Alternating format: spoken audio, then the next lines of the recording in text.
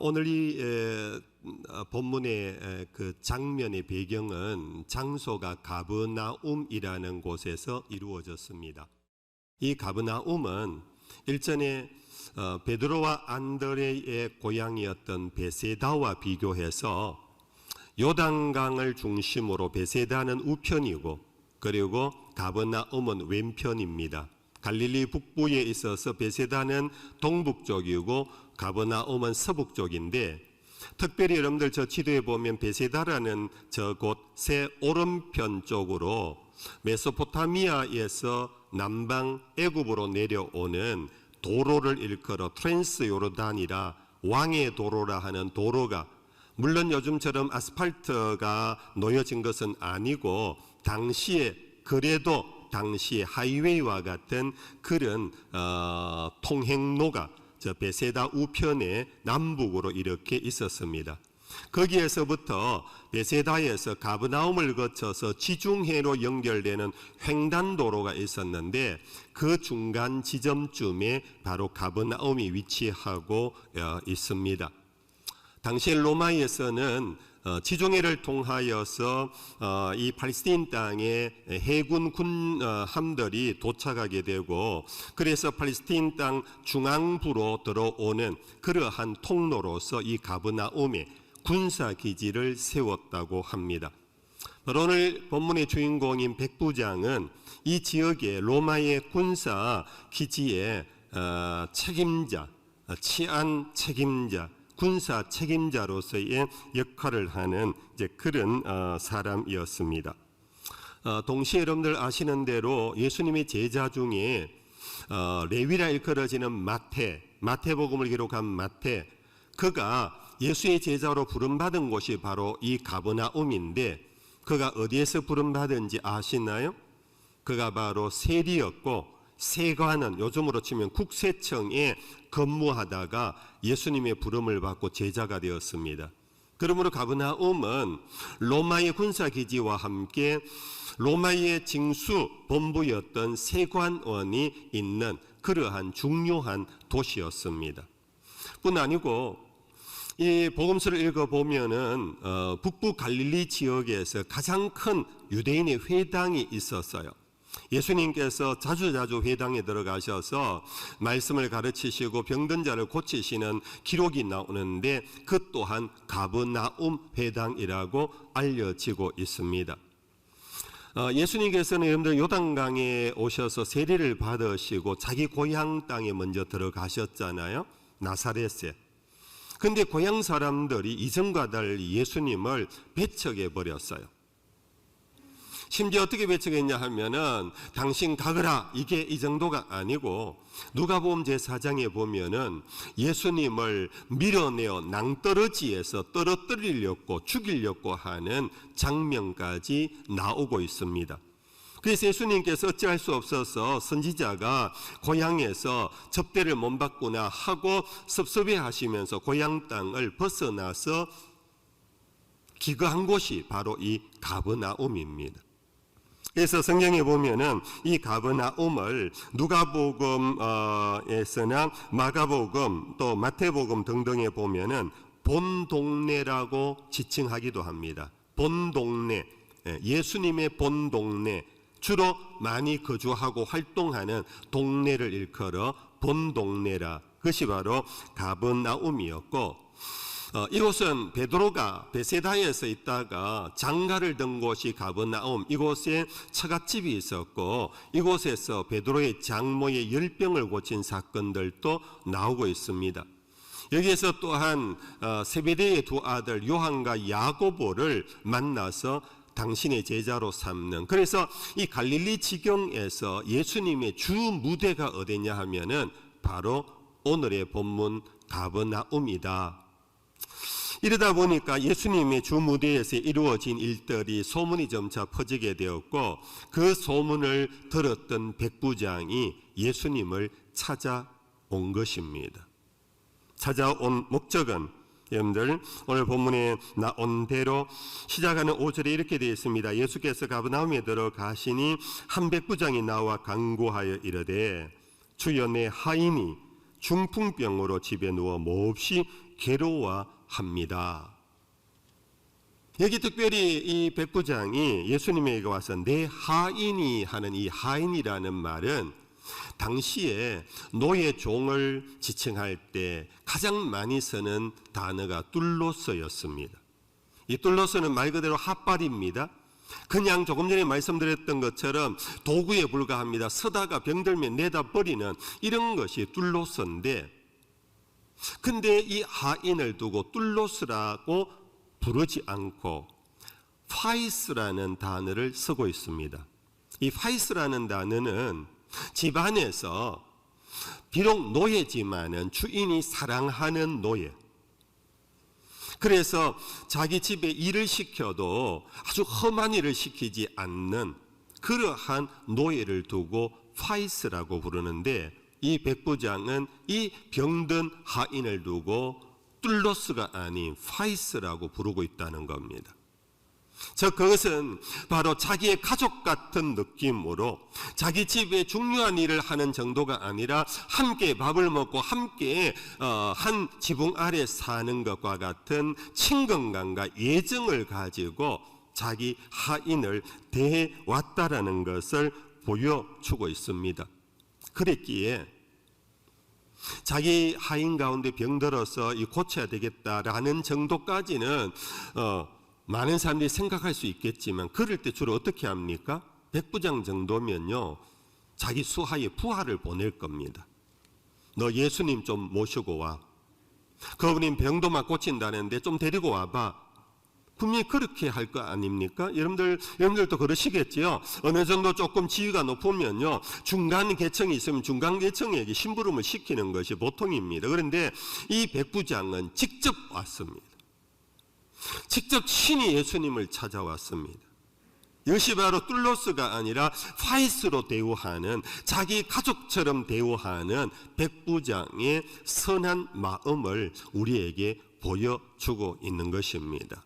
예수님은 이 모습을 보시고는 적답하셨습니다. 미루지 않았습니다. 좋아, 가자, 고쳐주마. 이것이 바로 6절에 이르되 주여 내 하인이 중풍으로 집에 누워 몹시 괴로워하나이다. 이러시되 내가 가서 고쳐주마. 7절에 바로 예수님께서 응답하는 모습, 예수님이 감동 먹은 거지요. 이 백부장씩이나 되는 사람이 하인 하나 고치려고 직접 찾아온 것에 예수님은 감동을 받으시고는 가자, 고쳐주겠다.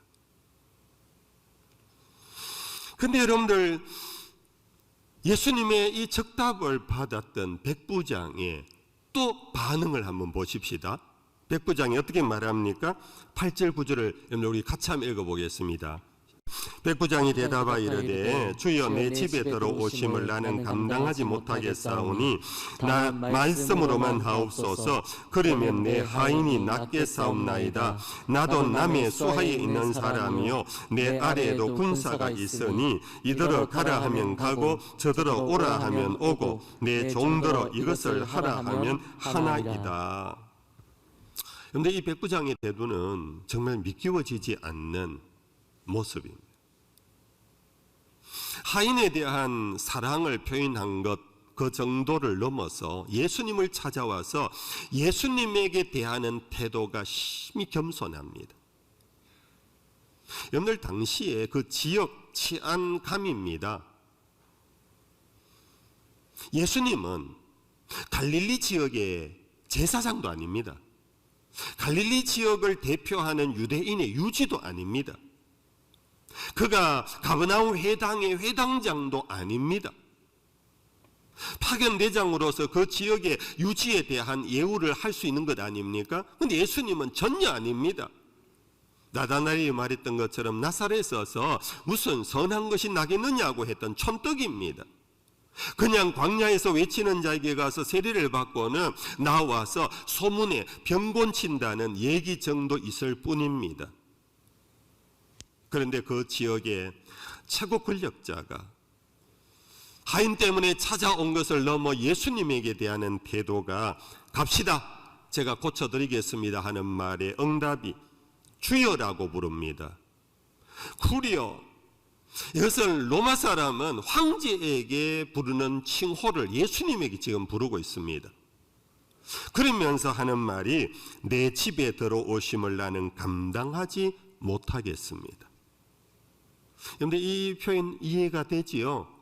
너무 높은 사람, 존경하는 사람, 대단한 사람이 자기 집에 오겠다 그럴 때 여러분들 자기도 모르게 보이는 반응 아닙니까? 아닙니다. 저희 집까지 오실 필요 없습니다. 저희 집은 누추합니다. 아니요, 괜찮습니다. 이러면서 여러분들 사양하는 모습이 지금 백부장의 모습 속에 나타나고 있습니다.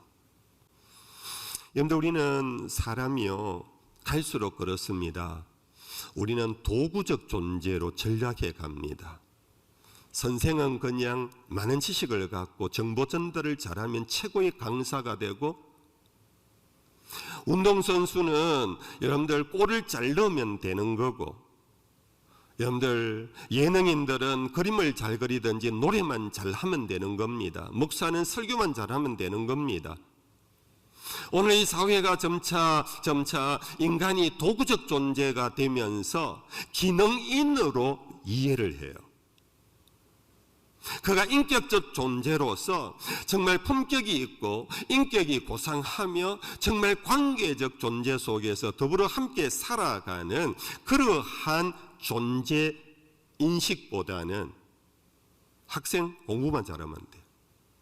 집에서 지같이 이불을 개든 안 개든, 집에서 부모와의 관계가 어떻든 저떻든 성적만 오르면 좋은 학생이에요.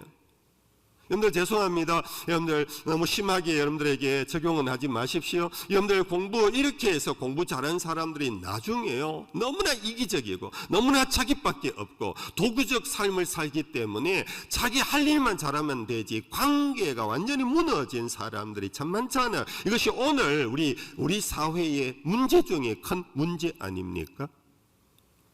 백부장에게 요구되는 건 다른 거 없습니다. 치안만 잘하면 됩니다. 여러분들 그냥 전쟁터에 나가면 승리하면 됩니다. 그런데 하인을 돌보고 하인이 여러분들 이렇게 중풍병에 들려서 고통당하는데 그 백부장이 돌볼 걸 기대를 안 합니다. 그런데 이 백부장은 자기 하인을 식구처럼 자식처럼 여기고 있는 이 모습, 예수님을 찾아왔으면 그래도 예수님에 대한 존경지심을 갖고 그에게 최고의 애우를 할 줄 아는 품격 있는 백부장의 이 태도, 여러분들 오늘 우리 자신들에게 한번 이런 것이 있는가를 한번 생각해 보면 좋지 않겠습니까?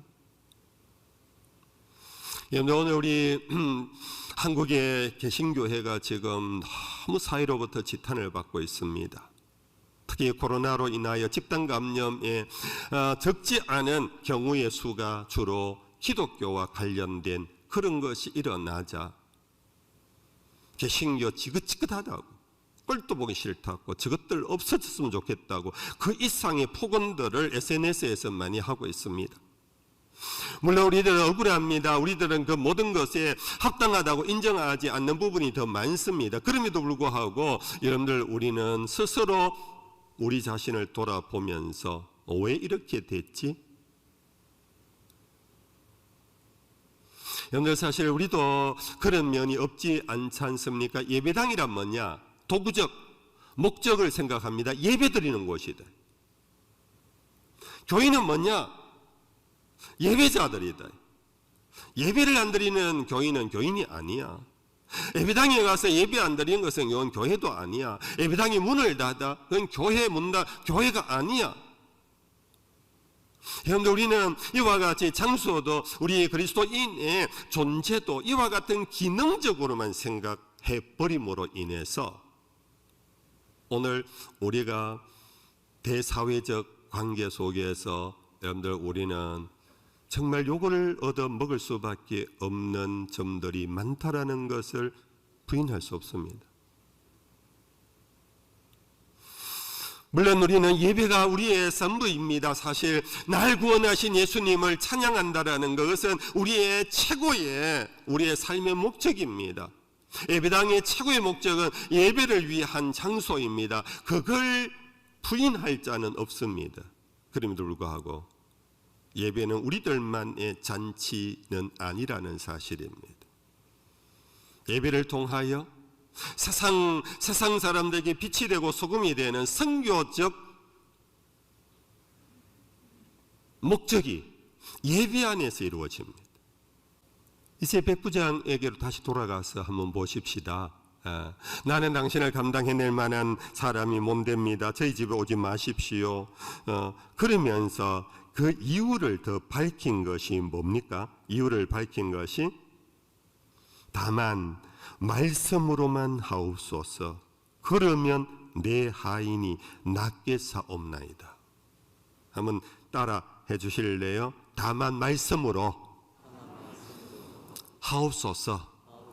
그러면 됩니다. 이게 백부장의 믿음이야. 그러면서 자기 경우를 얘기를 듭니다. 자기 군대 문화를 얘기를 듭니다. 나도 수하 있는 사람에게 한마디 하면 저는 오고 가고 다 합니다.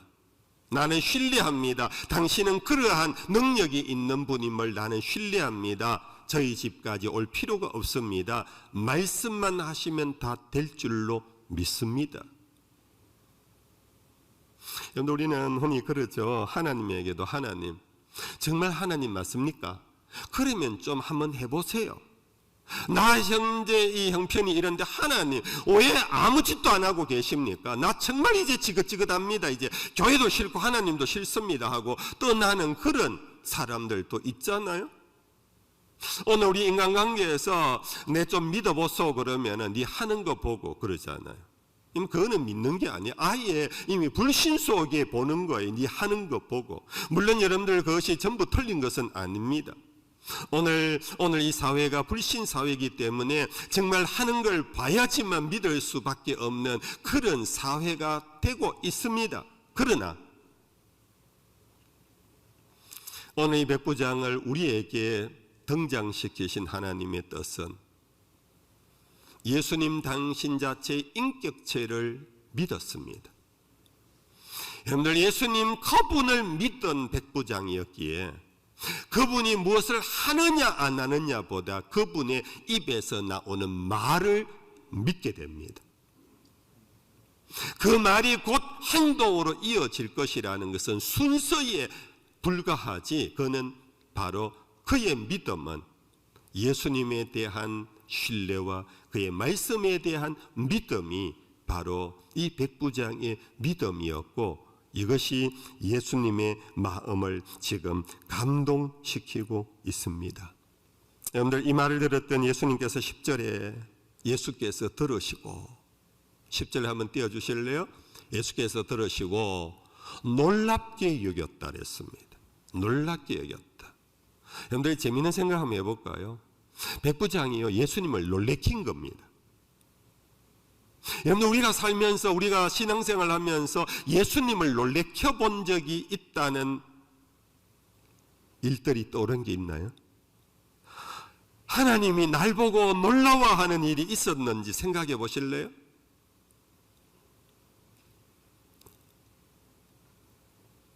백부장은 예수님을 놀라게 해버렸어요. 이거는 그냥 성경에 있는 얘기니까 뭐 상관없다 그렇게 생각하지 마시고요. 한번 정말 재미있지만은 정말 진지하게 생각해 보십시오. 예수님께서 이러한 믿음을 이스라엘 사람 중에는 보지 못했다고 그의 놀라움을 그렇게 표현했어요. 나 이때까지 너 같은 신자를 내가 본 적이 없다. 목사님, 저도 믿습니다. 저도 믿습니다 하고 지금까지 제가 살아왔습니다. 여러분들, 물론 우리 중에는 참 믿음의 사람들이 많습니다. 여러분들, 그러나 잠시 한번 우리 겸손히 생각해 볼까요? 내 믿음이 하나님을 놀래켜 준 그런 믿음인가? 목사님, 나는 어려울 때 나는 금식기도를 했습니다. 내 남편 사업이 어려울 때 정말 난 작정기도 했습니다. 내 자식이 위하여 정말로 제가 어떻게 내가 기도한 거 하나님도 아십니다. 그러나 하나님 그런 것 갖고 놀라지는 않는 것 같아요. 무엇을 먹을까 마실까 입을까 구하지 말라고, 그것은 이방인들도 구하는 것이라 그랬어요. 가정에 어려움이 있고 힘든 일 있는 거 여러분들 구하셔야 합니다. 기도할 수 있는 길을 우리에게 주셨습니다. 기도하셔야 합니다. 주님 보실 때는 마땅히 하는 기도예요. 그럼 놀랄 일이 아니에요. 자연스러운 거예요. 그러면 하나님이 놀라워하는 기도는 뭔가? 근데 성경에 보면 구약에 다윗과 솔로몬의 경우입니다.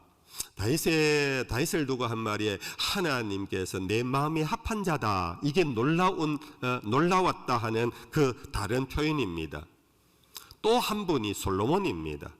솔로몬의 기도를 듣고는 하나님의 마음에 들었다. 이 놀라워한 모습입니다. 성도 여러분들, 바로 우리가 오늘 우리의 필요를 요구할 때, 우리에게 자연스러운 것을 요구할 때 하나님은 그렇게 놀랍지 않습니다. 그러나 여러분들 먼저 그의 나라를 구하는, 먼저 그의 의를 구하는, 그 사랑을 구하는 백부장과 같이 자기 하인을 뚫로스라 부르지 아니하고 파이스라 부르며 자식처럼 아끼는 이 모습을 하나님은 예수님은 놀라워하셨고, 직접 와서 나는 당신을 감당치 못합니다 하는 겸손을 보시고 놀라워하시며, 말씀만 하시면 될 줄로 믿습니다 하는 이 여러분들 한계 상황 넘어 하나님을 전적 신뢰하는, 예수님을 전적 신뢰하는, 이것이 바로 예수님을 놀래킨 백부장의 믿음이었던 것입니다. 여러분들, 이것은 하루아침에 나오는 게 아닙니다.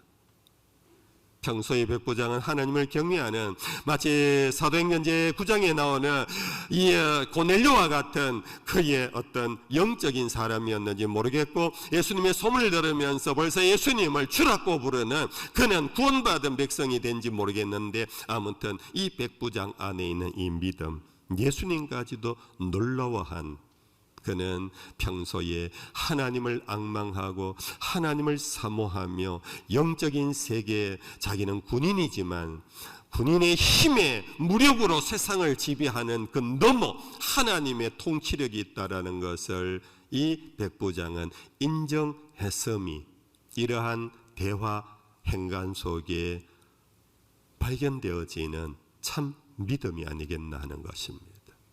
사랑하는 성도 여러분들, 오늘 우리는 평범한 한 토막 이야기지만은 오늘 우리에게 주는 여러분들 교훈과 책망과 바르게 함과 의로 교육하는 하나님의 음성이 들려질 수 있기를 축복합니다. 내 믿음, 생각도 없는 믿음, 표현도 못하는 믿음, 행동으로 옮기지도 못하는 믿음, 믿습니까? 네. 그러고는 더 이상 생각 안 합니다. 더 이상 표현도 안 합니다. 더 이상 믿음의 삶도 안 삽니다. 혹시 나의 모습이 그런 것이 아닌가? 예수님께서 이 백부장과 달리 그 이스라엘 사람들을 대하여서 예수님이 이렇게 말씀하셨습니다. 11절 12절 같이 한번 읽어볼까요? 11절 12절입니다. 또 너희에게 이르노니 동서로부터 많은 사람이 이르러 아브라함과 이삭과 야곱과 함께 천국에 앉으려니와 그 나라의 본 자손들은 바깥 어두운 데 쫓겨나 거기서 울며 이를 갈게 되리라. 나의 믿음이 혹이나 바깥 어두운데 이렇게 될 본 자손들에 속하는 거 아닌가? 동과 서에서 새로 몰려오는 살아있는 믿음의 사람인가?